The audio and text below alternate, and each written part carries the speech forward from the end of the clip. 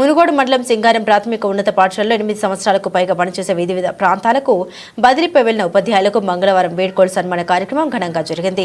ప్రధాన ఉపాధ్యాయురాలు ధన భార్గవి, ఉపాధ్యాయులు కృపమ్మ, రవీందర్ రెడ్డి, నాగేశ్వరరావు, విజయ భాస్కర్లను పాఠశాల ప్రధాన ఉపాధ్యాయురాలు ధనలక్ష్మి, ఉపాధ్యాయుడు నరేందర్ల ఆధ్వర్యంలో గ్రామస్తులు, విద్యార్థులు మెమంటోల శాలువాతో ఘనంగా సత్కరించారు. ముందుగా తమకు పాఠాలు బోధించిన ఉపాధ్యాయులకు విద్యార్థులు ఘన స్వాగతం పలికారు. ఈ కార్యక్రమంలో అమ్మ ఆదర్శ పాఠశాల చైర్మన్ కోకా శ్రీలత, గుంటుక సత్తమ్మ, గ్రామస్తులు కుంభం చెన్నారెడ్డి, పోగుల ప్రకాష్, జిల్లా వెంకన్న, ఉపనుతుల చిన్న వెంకన్న, ఇండ్ల నాగరాజు, పిట్టల రఘు, గజ్జల నరేందర్, జంగం చంద్రశేఖర్, రావుల నరసింహ, సరికొండ సైదులు, ఉపనుతుల లింగస్వామి, ఉపనుతుల నగేష్, దస్తగిరి, ఎంపల్ల వెంకన్న, అంగన్వాడీ టీచర్ యశోద, మహిబు, ఆశా వర్కర్ సుగుణ, గ్రామ పంచాయతీ సిబ్బంది తదితరులు పాల్గొన్నారు.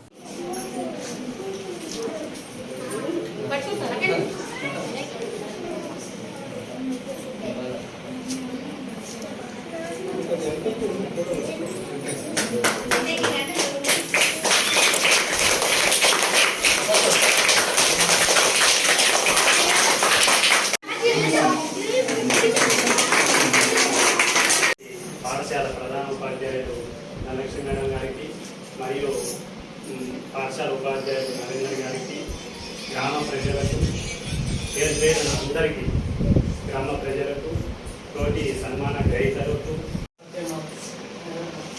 అందరూ కూడా సహాయ సహకారాలు అందించారు. ఇంకా ఈ సంవత్సరం ఇంకా స్కూల్ మంచిగా డెవలప్ అయింది. మంచి అన్ని వసతులు వచ్చినందుకు చాలా సంతోషంగా ఉంది. ఇదే విధంగా స్కూల్ ఇంకా మంచిగా డెవలప్ అవ్వాలని కోరుకుంటున్నాను. పిల్లలందరూ కూడా నా హృదయపూర్వక నమస్కారాలు.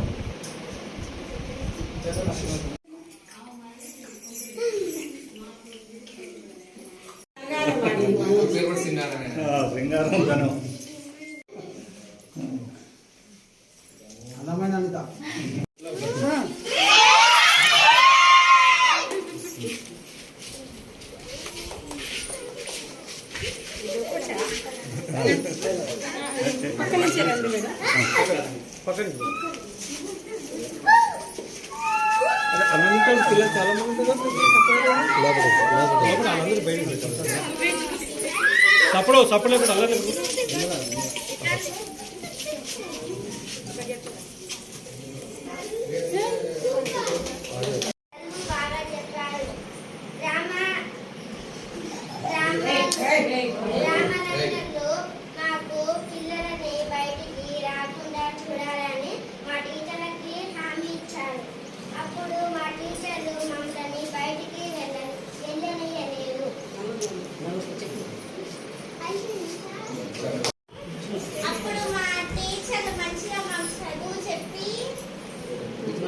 ఏం చెప్పారు మాకు తెలుగు టీచర్ తెలుగు చెప్పేది, అన్ని ఎగ్జామ్లు మంచిగా పాస్ అయ్యేటట్టు చెప్పేది.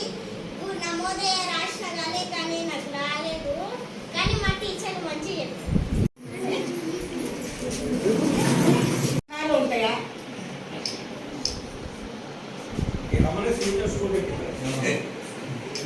ఏ క్లాస్ అమ్మా నువ్వు?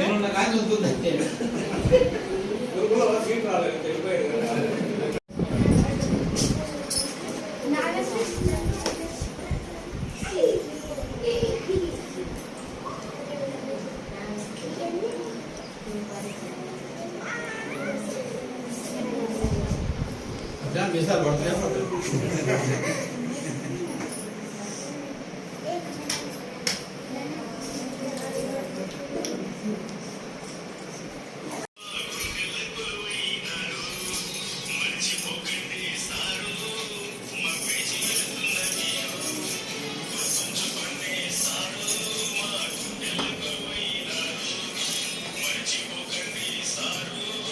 Ini pasti.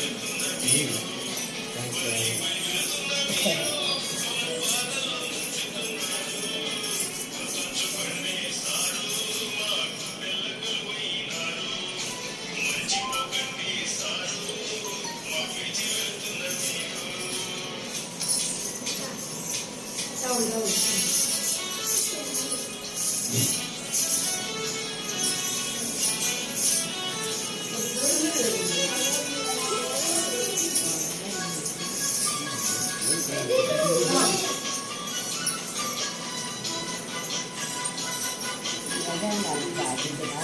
అది ఎట్లా ఆడుతుంది సార్ కడకుంటాం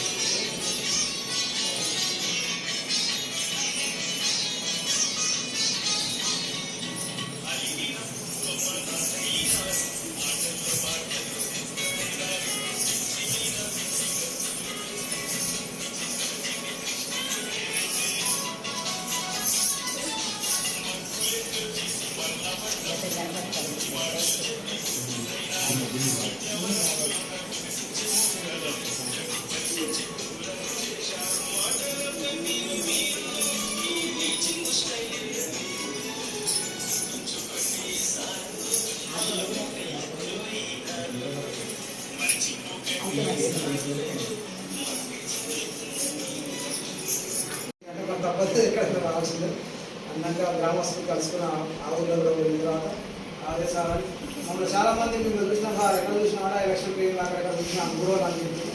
సరే సార్ మీకు వచ్చిన సంతోషంగా ఆదరించి వాళ్ళతో మాట్లాడిన తర్వాత పిల్లలకి ఇప్పుడైతే ఇంకే సార్ మీరు వచ్చిందా నెక్స్ట్ ఇయర్ వాళ్ళు ఆలోచించున్నాం. ఇదే విధంగా కూడా మా గ్రామాల్లో కూడా చేస్తే ఈ కోఆపరేషన్ ఒక 2 సంవత్సరాల నుంచి మాకు పడే 63 మంది కలకలగా ఉండేది. ఇప్పటికైనా పోయింది లేదు. వచ్చే సంవత్సరం ఒక 50 మంది కావాలని మనస్ఫూర్తిగా కోరుకుంటున్నాం. పిల్లలందరికీ కూడా 30-40 మంది ఉన్నా కానీ ఇంకా స్ట్రెంత్ పెంచుకోవాలని గతంలో ఉన్న 5 టీచర్లు ఎంతో కష్టపడి స్కూల్ పేరు ఉండాలి. ఇక ధనమ టీచర్ అంటే సొంత ఊరు కాబట్టి నా ఊళ్ళో నేను ఎంత పట్టుదలతో చెప్పినా కానీ నాకు పేరు ఉండదు.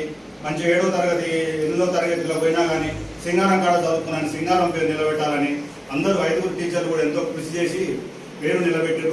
కాకపోతే ఏంటంటే ప్రైవేట్ స్కూళ్ళల్లో వాళ్ళు పోతురు వీళ్ళు పోతురు అని ఒక్కొక్కరిని చూసి ప్రైవేట్ పంపుతురు. కానీ సింగారం కాడ కూడా మంచిగా చెప్పారని పేరు ఉన్నది గతంలో కూడా.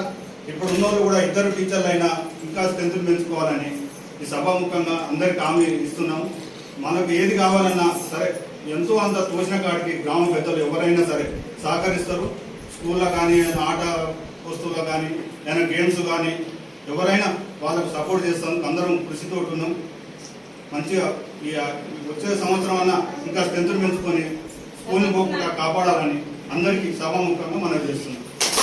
టీచర్లు చాలా క్రమశిక్షణతో పిల్లల్ని స్కూల్ నుంచి బయటకు వెళ్ళకుండా ఎక్కువ విద్యా బోధన. అలాగే మన స్కూల్లో కాస్త ఏమైందంటే ప్రైవేట్ స్కూళ్ళలో అలవాటు అయిపోయి పిల్లలు సంఖ్యలో రావడం వలన అలాగైనా టీచర్లు ధనమ్మ మేడం, పుష్ప మేడం, మన Bhaskar sir, Ravindra Reddy sir, Nagesh sir ఎంతో కృషిగా వాళ్ళు ముందు స్కూల్ మూతపడొద్దని ఎక్కడ మేము చేసినా కానీ ఈ స్కూల్ మూతపడొద్దని ఎంతో కృషితోటి వాళ్ళు చాలా గత 12 సంవత్సరాల నుంచి స్కూళ్ళకు పిల్లలు లేకుండా వచ్చేటట్టుగా క్రమశిక్షణతోటి వాళ్ళు ఎంతో శ్రమపడి స్కూళ్ళని ముందుకు సాగించారు. అదేవిధంగా ఇప్పుడు వచ్చిన టీచర్లు కూడా ఇద్దరు కూడా పిల్లల్ని చాలా క్రమశిక్షణలో ఉంచి ముందుకు ఇదే మా టీచర్లు ఏ విధంగా చేసారు కలిసిమెలిసి ఒక అక్క చెల్లెలలాగా అందరం సార్లు కానీ మేడం మేమైతే ఎప్పుడు ఏ విషయంలో కూడా ఎలాంటి గొడవలు పెట్టుకోకపోయేది. చాలా ఫ్రెండ్లీగా ఉండేది. కానీ మరి ఇలాంటి స్టాఫ్ మరి దొరకడం కూడా కష్టమే. ఇప్పుడు వెళ్ళిన ప్లేస్లో కూడా అలాంటి అసలు మా సర్వీస్లో ఇలాంటి స్టాఫ్ దొరకడం చాలా కష్టం. అట్లనే మాకు బాగా అంగన్వాడీ టీచరు మైబు సత్తం పెద్దమ్మ అసలు చాలా కోఆపరేషన్గా ఉండేది. సరే మేము కొంచెం ఆటోలో వచ్చేది కాబట్టి వేరే ఊర్లోకి వెళ్ళి ఆ పిల్లల్ని కూడా ఎక్కించుకొని వచ్చేది. కొంత ఆలస్యం అయ్యేది. అయినప్పటికీ కూడా మమ్మల్ని ఊర్లో వాళ్ళు గమనించి కూడా ఎప్పుడు కూడా ఏంది మేడం ఇట్లా వస్తున్నారని కూడా మమ్మల్ని ఎవరు కూడా ప్రశ్నించలేదు. కాబట్టి అంత ఊళ్ళో అయితే మాకు చాలా సపోర్టివ్గా ఉన్నారు.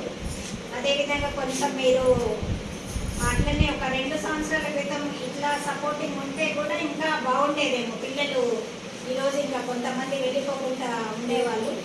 సరే ఇక వాళ్ళ ఇష్టము, అది వెళ్ళిపోయేది. దానికి మీరు కూడా బాధ్యులు ఏం కాదు, మేము కూడా బాధ్యులం కాము.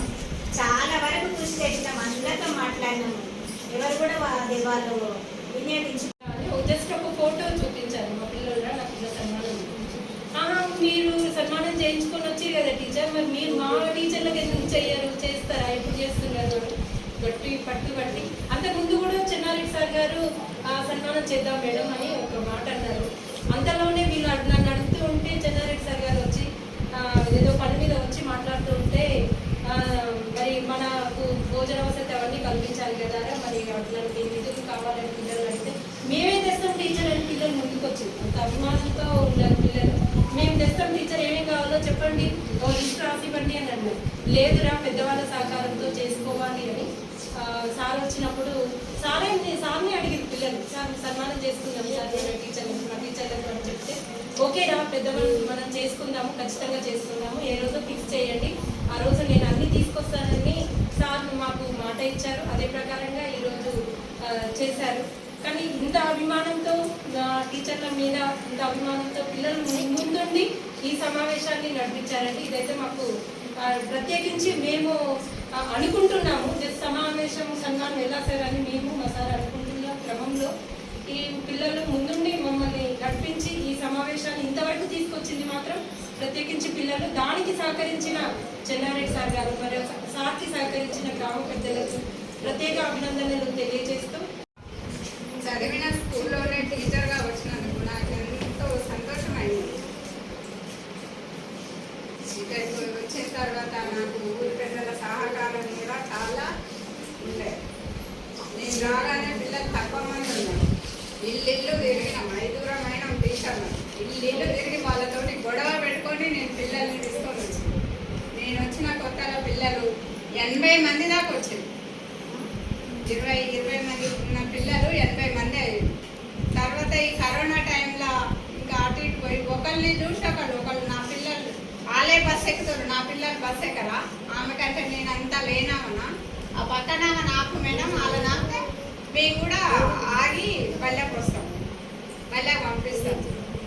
ఒకరిని చూసి ఒకళ్ళు బస్సు ఎక్కియడానికే ప్రిఫరెన్స్ ఇచ్చారు, కానీ ఊళ్ళో పడి కాపాడుకోవడానికి ప్రిఫరెన్స్ మాత్రం ఎవ్వరు ఇవ్వలేదు.